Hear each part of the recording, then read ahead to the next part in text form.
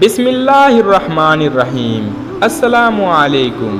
کل نفس ذائقۃ الموت، بے شک ہر نفس کو موت کا مزہ چکھنا ہے۔ موت ایسا در حقیقت ہے جو کسی بھی حال میں آ کر ہی رہے گی، چاہے غریب ہو یا امیر ہو، انسان ہو یا جانور ہو، سب کو موت کا مزہ چکھنا ہے۔ تو حضرت برا بن عجیب رضی اللہ تعالی عنہ روایت فرماتے ہیں کہ ایک دن ہم اللہ کے رسول صلی اللہ علیہ وسلم کے ساتھ ایک انصاری کے جنازے میں قبرستان گئے تو دیکھا تو ابھی قبر بنائی نہیں جا سکی ہے، اس وجہ سے نبی کریم صلی اللہ علیہ وسلم بیٹھ گئے تو ہم بھی آپ کے آس پاس آداب کے ساتھ اس طرح بیٹھ گئے جیسے ہمارے سروں پر پرندے بیٹھے ہیں، یعنی اس طرح خاموش دم سادے بیٹھ گئے جیسے کہ ہم میں حرکت ہی نہیں رہی۔ صحابہ اکرام رضی اللہ تعالیٰ عنہ کی یہ حالت حدیث پاک سننے کے وقت ایسی ہی ہوتی تھی۔ اللہ کے نبی صلی اللہ علیہ وسلم کے مبارک ہاتھ میں ایک لکڑی تھی جس سے وہ زمین کورید رہے تھے جیسے کوئی دکھی آدمی کیا کرتا ہے۔ آپ نے مبارک سر اٹھا کر فرمایا کہ قبر کے عذاب سے پناہ مانگو، 2 یا 3 بار یہی فرمایا، پھر فرمایا کہ بے شک جب مومن مردہ دنیا سے جانے اور آخرت کا رخ کرنے کو ہوتا ہے تو اس کے طرف آسمان سے فرشتے آتے ہیں،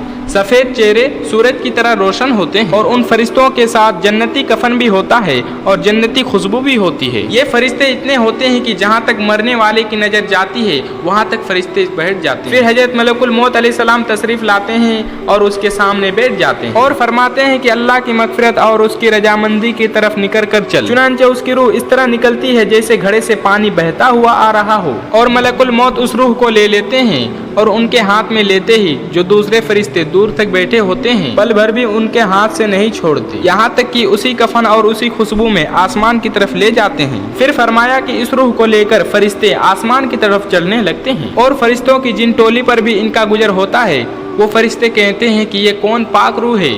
وہ فرشتے اچھے سے اچھے نام لے کر کہتے ہیں کہ یہ فلاں کا بیٹا فلاں ہے، اور اسی طرح اس روح کو پہلے آسمان تک لے جاتے ہیں اور آسمان کا دروازہ کھولتے ہیں، چنانچہ یہ دروازہ کھل جاتا ہے اور اس روح کو لے کر چڑھنے لگتے ہیں یہاں تک کہ 7ویں آسمان تک پہنچ جاتے ہیں۔ تو اللہ تعالیٰ فرماتا ہے کہ میرے بندے کو علیین میں لکھ دو، یعنی نیکوں کے دفتر میں، اور اسے پھر زمین میں لے جاؤ۔ اللہ تعالیٰ فرماتا ہے کہ میں نے انسان کو زمین ہی سے پیدا کیا ہے، پھر اس میں اس کو لوٹا دوں گا، پھر اس کو دوبارہ اسی سے نکالوں گا۔ چنانچہ اس کی روح زمین پر لے جا کر رکھ دیا جاتا ہے، اور پھر اس کے قبر پر 2 فرشتے آتے ہیں اور کہتے ہیں کہ من رب کا، تیرا رب کون ہے؟ وہ کہتا ہے کہ ربی اللہ، میرا رب اللہ ہے۔ پھر کہتے ہیں کہ من نبی کا، تیرا نبی کون ہے؟ وہ کہتا ہے کہ حضرت محمد صلی اللہ علیہ وسلم۔ پھر کہتے ہیں کہ من دین کا، تیرا دین کیا ہے؟ وہ کہتا ہے کہ دین الاسلام، میرا دین اسلام ہے۔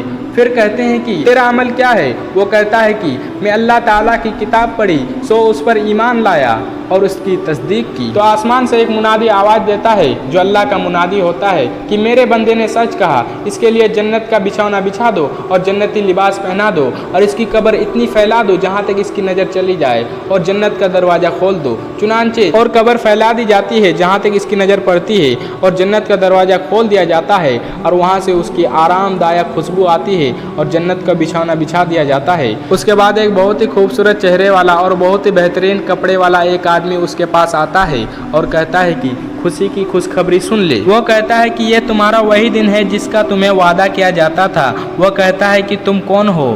تمہارے چہرہ سچ میں چہرہ کہنے کے قابل ہے اور اس قابل ہے کہ تم اچھی خبر لائے ہو۔ وہ کہتا ہے کہ میں تیرا بھلا اعمال ہوں۔ اس کے بعد وہ خوشی سے کہتا ہے کہ یا اللہ قیامت قائم کر، یا اللہ قیامت قائم کر، تاکہ میں بال بچے اور مال میں پہنچ جاؤں، اس سے جنت کی حوریں اور جنت کی نعمتوں کی مراد ہے۔ اور اللہ تعالیٰ قرآن مجید میں سورہ یاسین آیت نمبر 83 میں یہ فرمایا ہے فَسُبْحَانَ الَّذِي بِيَدِهِ مَلَكُوتُ كُلِّ شَيْءٍ وَإِلَيْهِ تُرْجَعُونَ۔ بس پاک ہے وہ اللہ جس کے ہاتھ میں ہر چیز کی بادشاہی ہے اور جس کے طرف تم سب لوٹائے جاؤ گے۔ بس آج کے لیے بس اتنا ہی، ملتے ہیں اگلی ویڈیو میں۔ اللہ حافظ، السلام علیکم۔